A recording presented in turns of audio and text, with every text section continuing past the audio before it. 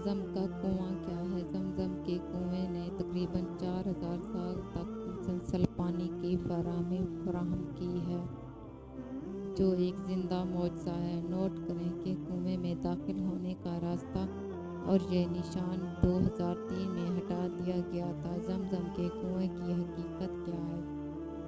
حضرت ابراہیم علیہ السلام اپنے بیٹے اسماعیل علیہ السلام اور اپنے بچے کی والدہ ہاجرہ علیہ السلام کو مکہ لے گئے، جہاں انہیں صرف تھوڑا سا پانی اور کھجور بطور سامان دے کر اکیلا چھوڑ دیا۔ رزق ختم ہو گیا تو ماں بیٹے پیاسے اور بے چین ہو گئے۔ ہاجرہ علیہ السلام صفا پہاڑ پر چڑھ گئیں کہ آیا وہ کسی ایسے لوگوں کو دیکھ سکتی ہیں جن سے وہ پانی لے سکتی ہیں۔ جب انہیں کچھ نظر نہ آیا تو انہوں نے وادی کو عبور کیا اور پھر پانی کی تلاش میں کوہ مروہ پر چڑھ گئیں۔ جب انہیں یہاں بھی کچھ نظر نہ آیا تو وہ صفا سے مروہ کی طرف بھاگنے لگیں اور پھر اپنی پریشانی میں واپس آ گئیں۔ جب وہ 7 مرتبہ ایسا کر چکی تھیں اور مروہ پہاڑ کی چوٹی پر تھیں تو انہوں نے ایک آواز سنی۔ جب وہ واپس آئیں جہاں ان کا بیٹا اسماعیل علیہ السلام لیا ہوا تھا تو ہاجرہ علیہ السلام نے دیکھا کہ ایک فرشتے نے اپنا پر زمین پر مارا ہے، جس سے اس جگہ سے پانی بہہ رہا ہے۔ کنویں کا نام زمزم کے فقرے سے آیا ہے، جس کا مطلب ہے بہنا بند کرو۔ یہ علم ہاجرہ علیہ السلام نے چشمہ کے پانی کو روکنے کی کوشش کے دوران دہرایا تھا۔ حضرت اسماعیل علیہ السلام اور ان کی اولاد نے سب سے پہلے زمزم کے کنویں کی دیکھ بھال کی۔ کچھ عرصہ بعد جب یمن سے قبیلہ جرہم مکہ آیا تو وہیں آباد ہو گئے اور اسماعیل علیہ السلام نے ان میں سے ایک سے شادی کی۔ یہ اسماعیل علیہ السلام کی اولاد تھی جنہیں کعبہ اور زمزم کے کنویں کی دیکھ بھال کا شرف حاصل تھا۔ ان کے بعد قبیلہ جرہم نے ذمہ داری سنبھالی۔ وقت گزرنے کے ساتھ ساتھ مکہ مکرمہ پر کنٹرول حاصل کرنے کے لیے علاقے کے قبائل کے درمیان ایک بڑی خانہ جنگی شروع ہو گئی۔ ایک قبیلے کے لوگ جو زمزم پر قابض تھے، انہوں نے اپنے ہتھیار جو سونے اور چاندی کے بنے ہوئے تھے اور قیمتی سامان زمزم کے کنویں میں دفن کر دیا۔ پھر انہوں نے اسے ڈھانپ دیا اور کنویں کو دفن کر دیا تاکہ یہ دریافت نہ ہو سکے۔ جیسے جیسے دہائیاں اور صدیاں گزر گئیں، لوگ وہیں موجود زمزم کے کنویں کو بھول گئے۔ حضرت ابو مطلب نے زمزم کے کنویں کو دوبارہ دریافت کیا۔ زمزم کے کنویں کے بارے میں خرافات اور افسانے نبی کریم صلی اللہ علیہ وسلم کی ولادت سے پہلے موجود تھے، لیکن لوگوں کو یقین نہیں تھا کہ آیا یہ واقعی موجود تھا۔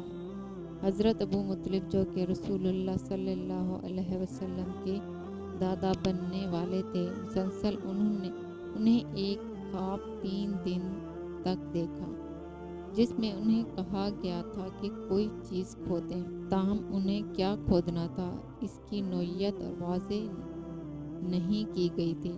تاہم چوتھی رات انہیں کہا گیا کہ جا کر زمزم کھود لو۔ جب انہوں نے دریافت کیا کہ زمزم کیا ہے تو بتایا گیا کہ یہ ایک ایسی چیز ہے جو کبھی ختم نہیں ہوتی اور اس کا پانی ہمیشہ بکثرت رہتا ہے۔ حضرت ابو مطلب کو مزید کہا گیا کہ وہ چیونٹیوں کی پہاڑیوں کو تلاش کرے جہاں کوے زمین میں گھس رہے ہوں گے۔ حضرت ابو مطلب نے اپنے بیٹے حارث بن ابو مطلب کو لے کر چیونٹی کی پہاڑیاں اور وہ جگہ دیکھی جہاں کوے چونچ مار رہے ہیں، تو انہوں نے کھدائی شروع کی۔ جب وہ کھدائی کر رہے تھے، انہوں نے سونے اور چاندی کے ہتھیاروں کو نکالنا شروع کیا جو وہاں دیے ہوئے تھے۔ جیسے ہی وہ کھدائی کرتے رہے، انہوں نے مزید سونے اور چاندی کے سکوں کی اینٹیں نکالی اور آخر کار کنویں کے پاس پہنچ گئے۔ آس پاس کے لوگ اکٹھے ہو گئے اور انہیں معلوم ہوا کہ صدیوں بعد ان کے جد امجد اسماعیل علیہ السلام کا کنواں مل گیا ہے۔ حضرت ابو مطلب کو کنویں اور اس کے پانی کی نگہبانی دی گئی۔ حضرت ابو مطلب نے کنویں میں جتنے سونا اور چاندی پایا، اس اسے پگھلا دیا اور اس میں سے کعبہ کے لیے ایک دروازہ بنایا۔ ان کے انتقال کے بعد ذمہ داریاں ان کے بیٹے حضرت ابو طالب کے سپرد ہوئیں۔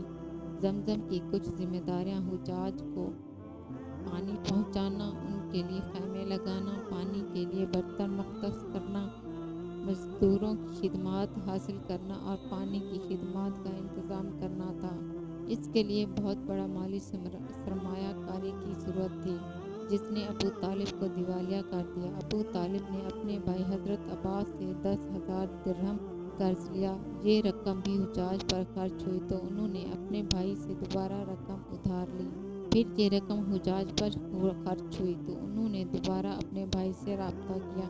اس پر عباس نے ابو طالب کو بتایا کہ وہ زمزم کے کنویں کے نگہبانی کے حوالے سے قرضے واپس کرنے سے قاصر ہیں، لہٰذا وہ خود کو اس سے بری کر لیں۔ خانہ کعبہ کے گرد 2 حوض بنائے گئے۔ کعبہ کے سب سے قریب ایک کو پینے کے لیے استعمال کیا جاتا تھا، دوسرا دھونے کے لیے استعمال ہوتا تھا۔ اس پر اتفاق ہوا اور حضرت عباس نگہبان بن گئے۔ اس کے بعد کنویں کی نگہبانی ان کے بیٹے عبداللہ، پھر ان کے بیٹے علی، پھر ان کے بیٹے داؤد، پھر ان کے بیٹے سلیمان، پھر ان کے بیٹے عیسیٰ کے سپرد ہوئی۔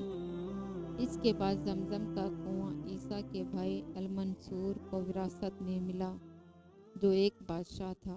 اس کے بعد یہ عمومی خاندان میں منتقل ہو گیا۔ زمزم سے رسول اللہ صلی اللہ علیہ وسلم کا دل دھویا جاتا ہے۔ جب رسول اللہ صلی اللہ علیہ وسلم چھوٹے تھے اور حلیمہ سعدیہ رضی اللہ عنہا کے گھر کے پاس دوسرے بچوں کے ساتھ کھیل رہے تھے تو جبرائیل علیہ السلام حاضر ہوئے اور آپ صلی اللہ علیہ وسلم کو سلا دیا۔ پھر جبرائیل علیہ السلام نے رسول اللہ صلی اللہ علیہ وسلم کا سینہ کھول کر آپ صلی اللہ علیہ وسلم کا دل نکالا اور اس میں سے گوشت کا ایک لوتھڑا نکالا اور فرمایا، یہ تم میں شیطان کا حصہ ہے۔ پھر جبرائیل علیہ السلام نے رسول اللہ صلی اللہ علیہ وسلم کا دل زمزم کے پانی سے بھری ہوئی سنہری ٹرے میں ڈالا، اسے دھویا اور اس کی جگہ واپس سینے میں رکھ دیا۔ انس رضی اللہ عنہ نے بعد میں کہا، میں نے رسول اللہ صلی اللہ علیہ وسلم کے سینے پر ایک داغ دیکھا جہاں اسے دوبارہ ملایا گیا۔ آب زمزم کی برکات کیا ہیں؟ زمزم میں شفا بخش طاقت ہے۔ حضرت ابن عباس رضی اللہ عنہ سے روایت ہے کہ رسول اللہ صلی اللہ علیہ وسلم نے فرمایا، روئے زمین پر سب سے بہتر پانی زمزم کا پانی ہے، اس میں مکمل پرورش اور بیماری سے شفا ہے۔ جابر رضی اللہ عنہ کہتے ہیں کہ میں نے رسول اللہ صلی اللہ علیہ وسلم کو فرماتے سنا، زمزم ہر اس مقصد کے لیے شفا ہے جس کے لیے اسے پیا جائے۔ ایک اور حدیث میں ہے کہ اگر پیاس بجھانے کے لیے ہوگے تو ایسا ہوگا، اور اگر کھانے کی جگہ پیٹ بھرنے کے لیے پیو گے تو ایسا ہی ہو جائے گا، اور اگر کسی بیماری کے علاج کے لیے پیو گے یہ ایسا کرے گا۔ ابن عباس رضی اللہ عنہ بیان کرتے ہیں کہ رسول اللہ صلی اللہ علیہ وسلم نے جب زمزم پیا تو آپ نے یہ دعا فرمائی، اے اللہ مجھے نفع بخش علم، کثرت سے رزق اور تمام بیماریوں سے شفا عطا فرما۔ بائبل زمزم کے معجزے کا حوالہ دیتی ہے۔ جب یہ اسماعیل علیہ السلام اور ان کی والدہ کے وادی سے گزرنے کے بارے میں بات کرتی ہے، مبارک ہے وہ شخص جس کی طاقت تجھ میں ہے، جس کے دل میں ان کے راستے ہیں جو ابقا کی وادی سے گزرتے ہیں، اسے کنواں بنا دیتے ہیں۔ یاد رکھیں کہ قرآن نے مکہ کو بقا بھی کہا ہے۔ کنویں کے بارے میں کچھ حقائق اور اعداد و شمار۔ زمزم کا کنواں خانہ کعبہ سے 21 میٹر کے فاصلے پر مقام ابراہیم علیہ السلام کی طرف واقع ہے۔ اس کی گہرائی تقریباً 31 میٹر ہے۔ پانی 2 چشموں سے آتا ہے، ایک کعبہ کی سمت ہے اور دوسرا البقیع پہاڑ ہے۔ پہلے پانی کو بالٹی سے ہاتھ سے نیچا جاتا تھا، اب الیکٹرک پمپ پانی کو ٹینکوں میں پمپ کرتے ہیں۔ پانی نکالنے کے لیے 2 پائپ متبادل طور پر کام کرتے ہیں، کم از کم 11.3 لیٹر فی سیکنڈ پمپ کرتے ہیں۔ زیادہ سے زیادہ سطح پر 5 سے 18 لیٹر فی سیکنڈ پیپ پمپ کر سکتے ہیں۔ عام طور پر وہ روزانہ 1,50,000 لیٹر پمپ کرتے ہیں۔ مصروف ادوار